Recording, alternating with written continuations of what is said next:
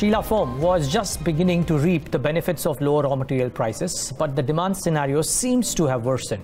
Lower discretionary spend seems to be the major factor weighing in heavy on the maker of Sleepwell mattresses. And it's probably happened across the consumption chain. So how do foam suppliers, foam suppliers, automakers, all of them must have taken a hit. The question is this a situation that will last? Or is it difficult to predict what will happen in the near term? Let's bring in an expert on that and let's talk about all of this with the Managing Director, Mr. Rahul Gautam. He joins us right now on the show. Mr. Gautam, good having you. Thanks so much for joining in. Now, we were speaking to somebody who was likening what's happening in the mattresses segment in India to what happened in the US and spoke about a J-curve effect coming in about a year ago. Somehow, because of what's happened to discretionary consumption by and large, it's also apparently impacted companies like yours, which are in this mattress segment. What happened in Q3, Q4, and how likely is it to change in the near term?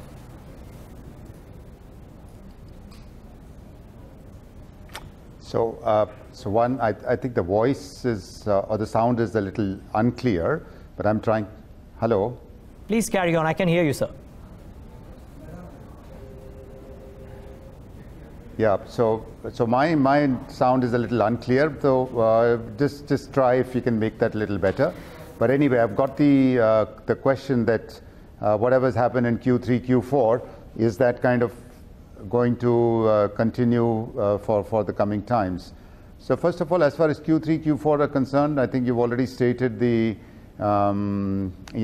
lack of liquidity and the perceptions and the sentiments which were low.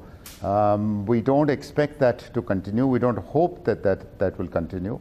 I am sure the liquidity will improve and the uncertainty of the elections will go away. So I expect that as soon as May gets over and the new government takes charge, things will start settling down. People will also get back to their normal lives. Yeah. Okay. Mr. Gautam, a lot of consumption name or a lot of consumption companies or a lot of experts which analyze this space believe that it is predominantly these liquidity issues. You alluded to that in your opening answer. But a lot of people believe that is predominantly the factor why discretionary consumption has slowed down.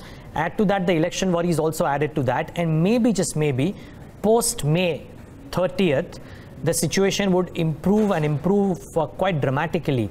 Is that your sense as well at Sheela Foam?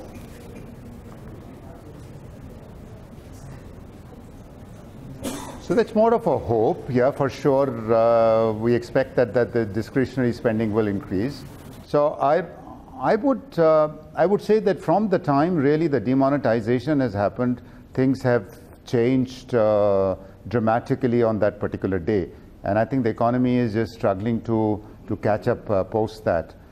Somewhere this belief that that just by sucking out all the black money from the economy, it would have improved. It probably would not, and I think some steps need to be taken, and I know that cannot be reset, but for improving the liquidity, something needs to be done more on the expenditure side as well as on the investment side, and then only I see that the discretionary spending will increase and businesses like ours will improve. Mr. Gautam, good morning to you. I want to talk about the business a little bit more and the technical foam segment, the furniture cushioning segment, and the foam core segment. I mean, out of which all of them have actually seen, some bit of a contraction this time around. Ma'am, I just cannot. Sorry for the interruption, but ma'am, I just cannot make out at all what. Okay, all right, Mr. Gautam. The sound is just not okay. Yeah, just give us 30 seconds to get back to you. We'll try and patch that line and get you on a better line. That's a patchy line there, but would really want to know, whether or not the benefits that they've got from their raw material price fall, TDI prices that have fallen, starting August 2018, and the benefits that they've reaped now because the high cost inventory has started moving out of the system. Whether any benefits of that gets passed on to consumers as well in the form of pricing cuts. But we'll try and get Mr. Gautam back on the line there, though. It's shown in the gross margin numbers for sure, because they've improved quite dramatically in the quarter gone by as I look at the numbers. So while the revenue numbers may have looked okay, and EBITDA numbers would have gone down as well, I think gross margins have moved up 700 basis points at 46.5%. So that is one very interesting thing that has happened for Sheela Foam for sure. Yeah, and you know, this technical foam segment is primarily catering to the automotive segment, and whether or not that actually sees a bigger dent because of the slowdown. Because of the slowdown in the automotive sector. So that, and you know, they've been using a lot of money. They've been putting a lot of money towards promotions, and that's also in a way increasing costs for them. So how are they going to manage and balance out all of these factors is something that probably Mr. Gautam can come on board and answer once we get that line maybe fixed with him. The raw material costs cool off might just help them manage the other cost increases that Devina is talking about. So that's the important factor to monitor. Yep. Mr. Gautam, I hope you can hear me clearly now. I can hear you clearly, but would be happy if the volume is just jacked up a little bit, but otherwise it's much clearer. Okay. Much clearer. Okay, fine.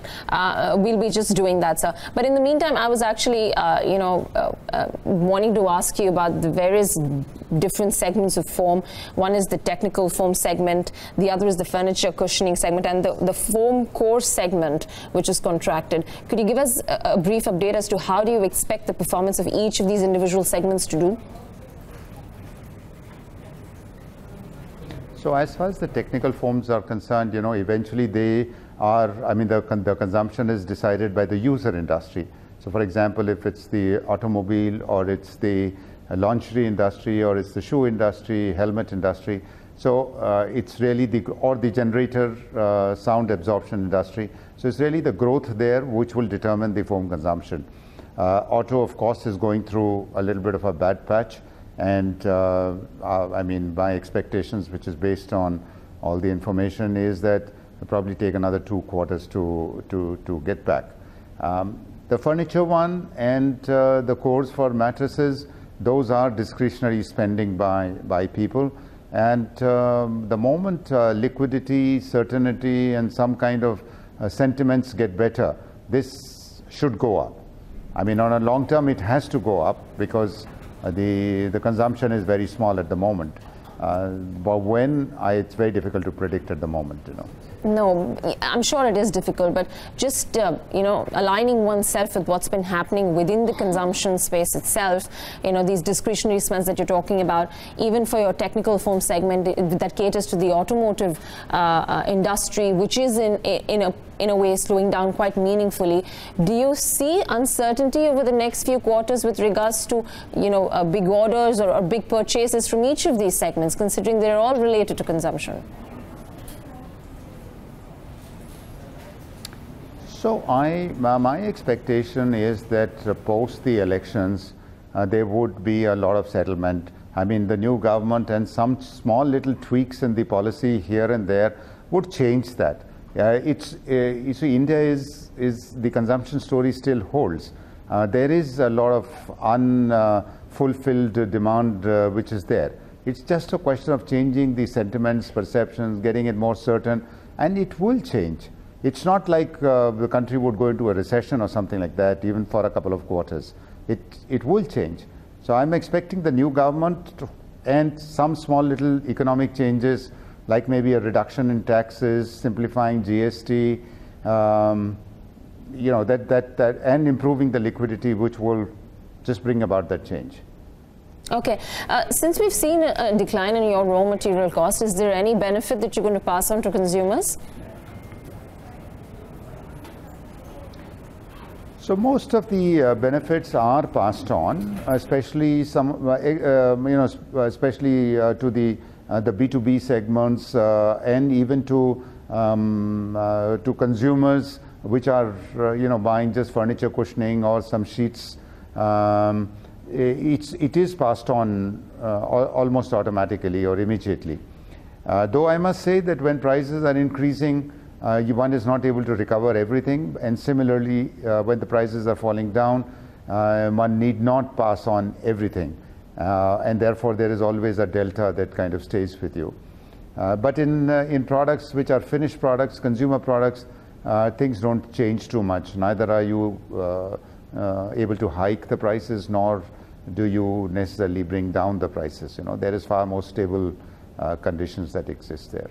Are we expecting more volatility for the TDI prices going forward? And also the other part of my question being, are you going to be looking at increasing retail touch points?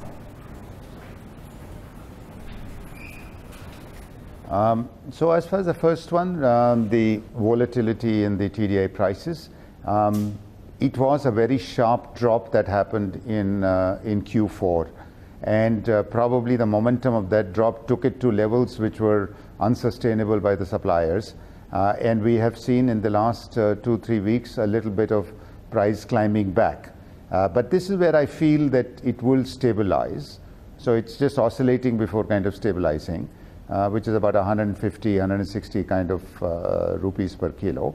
And that stability should be there for some time to come. I'm sorry, the second question was? With regards to increasing, whether or not you're looking at increasing your retail touch points in a meaningful way. Yes, we are doing that. So now we have almost about 4,000 exclusive stores, and we work with them for increasing both the footfalls and the conversion within the stall. And therefore, the touch points are definitely increasing, or we are spending far more time and effort over improving the touch points, The other aspect of that, obviously, if you're looking at increasing touch points, I mean, that comes at a cost. And also the fact that you have the overhang of steeper promotional spends. Is that going to remain the case for the upcoming quarters as well, where you are going to see a larger promotional spending, more amount of spending coming in because of increasing retail touch points? And how will you adjust that? So look, as far as spending on increasing touch points or promoting the products or advertising the products is concerned, there is very rarely a direct correlation between the result, and therefore we have to continuously keep doing it, but of course prudently. There is always a gap in what the marketing demands and what we do. But slow and steady, we'll be doing it. It will be a little bit of an increase as the next few quarters come by. Mr. Gautam, final question from my end. When you came out with the IPO, the growth rates that you had enjoyed until then and immediately post were a lot higher than what's happened in the last 12 months at least. Can you get back to those run rates on a slightly higher base for the years ahead? So you're quite right that the growth at that time and the growth at this time, there is a difference. And the last few quarters or the last year has been muted, and I mean I can't pinpoint one single reason for it, except just to say that the environment and the sentiments were like that. Probably the only other one is the high raw material prices. But I mean that's all I can say. But we did experience it. Any particular reasons for it? No, it's a combination of many. Do I see that going away? Yes, I see them, that as soon as a little bit of a certainty comes in, they will go away, because the unfulfilled demand is still high.